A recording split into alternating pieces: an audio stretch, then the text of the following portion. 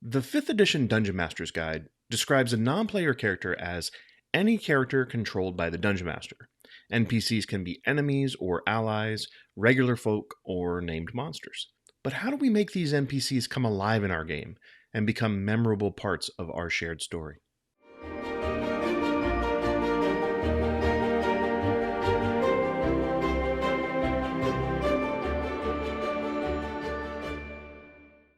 Welcome to Geek Philosophy, where we love geeky wisdom. If you're new to the channel, my name is Brian, and we release new videos weekly, so please consider subscribing and turning on the notifications so you don't miss out on any of our content.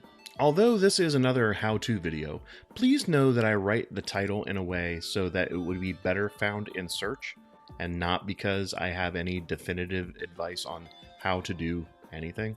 In fact, I don't think there's any definitive advice on how to create a memorable character, let alone an NPC. Your players are the ultimate decision makers when it comes to what's memorable or not when it comes to your NPCs. So instead of thinking of this as advice, just consider it as a few of my own things that I try to do when I create my NPCs, and if it works for you too, great. Most of the concepts I'm discussing today are heavily inspired by Deborah Chester's fantasy fiction formula. It's a great book, and I think you should definitely check it out. And it also applies, I think, in a lot of ways, as you'll see, to tabletop role-playing games. I also add in a few of my own things as we go. All right, let's get rolling. D&D and other tabletop role-playing games are just that, games, to be sure. But for me at least, I also think of them as a shared collaborative storytelling experience. In fiction writing, there are a few categories of roles that characters play within the story itself.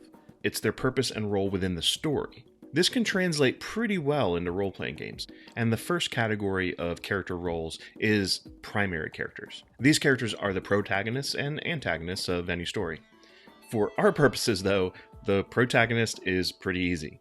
You don't have to think too hard to figure this out.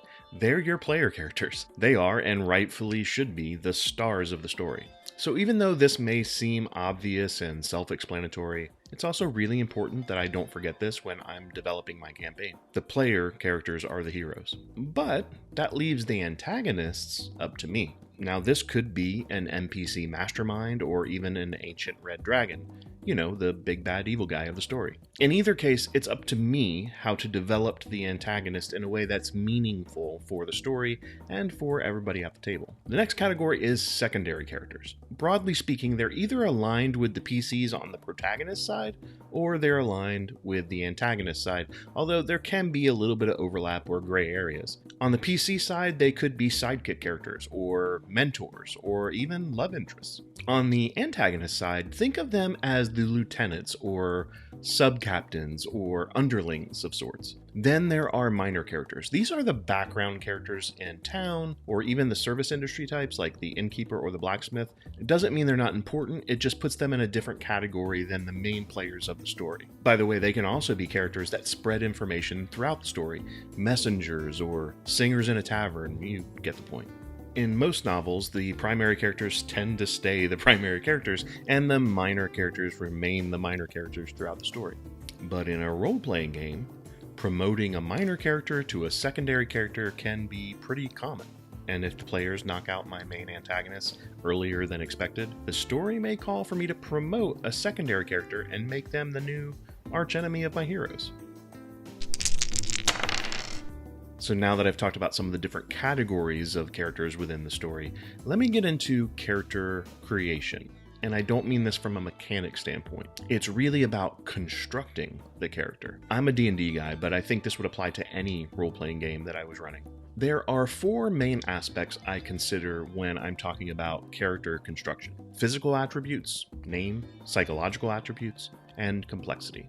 When I develop the physical attributes, I think of questions like, what type of creature is it? Are they mortal or immortal? What's their appearance like? Are they physically powerful or nimble? Do they have a specific style or dress in a unique way? I even ask myself about their health. Maybe they're really healthy and energetic, or athletic, or maybe they're a little lethargic, or have a nagging cough from some type of childhood illness. I try to think about all of the real people I've met in my life, and I incorporate a little something into each one of the characters. When it comes to naming the character, this could be a long thought out process, usually for a main or secondary character. Or I could just assign a name on the fly from the list of names and those categories that I have on the back of my DM screen, because yeah, that happens quite frequently. But I try to have the name fit their personality and the setting. If a character is from a certain region of my campaign world, I try to have that name fit that culture's naming convention whenever possible. But it's also helpful to have the character's name match the story role. For example, Vrennik of the Wrathful Eye may be a great name for a primary or secondary character, but Smitty Burrows may fit better as a minor character. I don't want it to be too much of an obvious thing, but I do tend to make the recurring characters something catchy. It's easier for the players to remember. From a psychological standpoint, I think about the personality, speech patterns, and voice, and most importantly, to me at least, the motivation of the character. Motivation tells me what the character is trying to do and accomplish in the story. For minor characters, it may be just as simple as just doing my job. But for major characters or even secondary characters, I find it useful for me to understand why they're acting the way they are or doing what they plan to do. Remember, I may need to have a lieutenant, a secondary character, jump into the leadership spot and take over that primary antagonist role, so I need to know how this will affect that character's personality, and affecting that character's personality may present different challenges to the player characters. Finally, there's the character's complexity. I really like how Deborah Chester explains this in her book. She says, "It took me a long time to figure out character complexity. At first, I went at it from the wrong direction, thinking I needed to add more background, more traits, more and more details. I didn't understand that complexity, sometimes known as dimension, is created inside a character." I find this extremely useful information. I've gone down the same path of adding more and more background or character traits to make a character feel complex, but it usually turns into a mess for me. And I actually use this advice for my own player characters too. Let me provide a little more explanation from Deborah Chester. It is achieved when a character's inner problem or flaw is in conflict with that character's external situation or behavior. This sets up a tension within an individual that intensifies as the story stakes rise. The most intriguing characters are like onions, made up of layer upon layer to be peeled away in scenes and story complications. Shrek was right. Ogres have layers. I think character development throughout the story and the arc of that character is very important. And in a book or movie, it makes sense why so many people talk about the amazing arc that certain characters have and what kind of arcs they love to see within those types of media. But for role-playing games, I think the importance of defining character arcs may be a little overstated. It's not that they aren't important, it's just that the arc should be developed as the game is played. I can't imagine what the end state of any of my NPCs will be, because they're going to interact with the players and things should change. So for me, planning a redemption arc for the villain is the wrong way to go. But if a redemption arc comes up naturally as the game progresses, then awesome. This is why I love the encounter response method. This is also inspired by Deborah Chester's book, by the way. After each major encounter in the game, not necessarily every encounter, but the major ones, I prompt the players to respond to these questions. What is the emotional reaction of the heroes? What do the heroes think about the encounter and plan to do next? And what is the final choice of the heroes? Seems pretty obvious, but it's good to ask this. Here's the kicker. I do this for my NPCs. By understanding the NPCs' reactions to the events, it helps me develop the characters over time. This helps to build that arc in a natural way, and it's not predetermined by me or anyone else from the beginning of the game. This has been a key realization for me, and it's really helped me improve my DM skills, or I hope it has.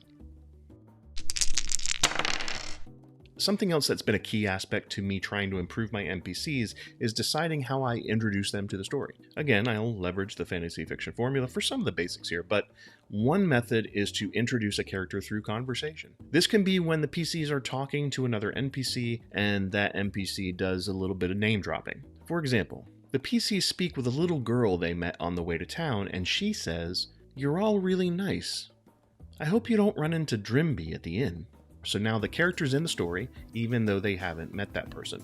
Another method is to introduce the character through the environment. Think of your own home for a second. Maybe you live in an apartment, Maybe you live in a 2-story house. Maybe you're a van lifer who lives in a converted Sprinter van. I don't know.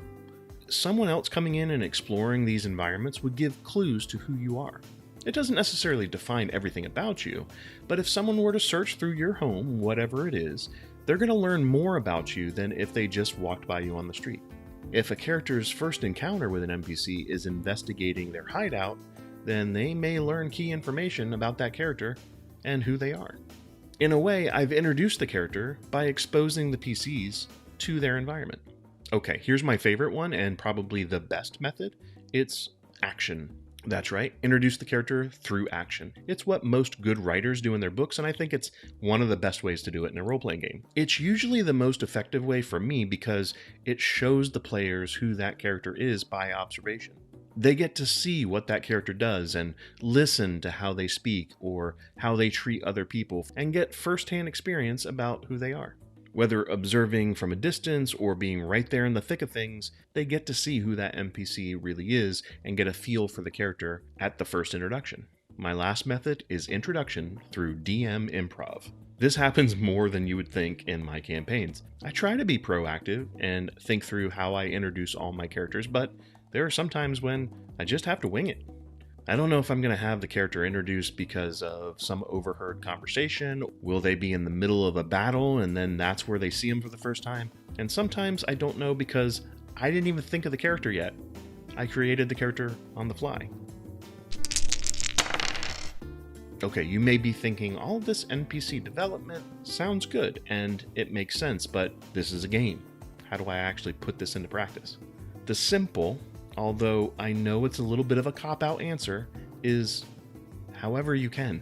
But really, use this stuff however it makes sense. Sometimes, especially when NPCs have been introduced on the fly, like I just mentioned a little earlier, I start with a name and maybe throw together a description and a speech pattern.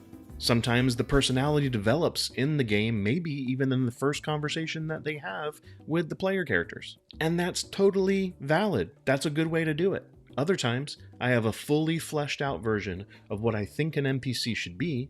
I've written a description, I have noted personality traits, I put down their overall goal and their purpose in the game, only to change it later after they've been introduced in the story. The key to remember is this is a role-playing game and not a book, so character creation for NPCs is fluid, and how the players interact with your NPCs should help create or at least modify some of your characters.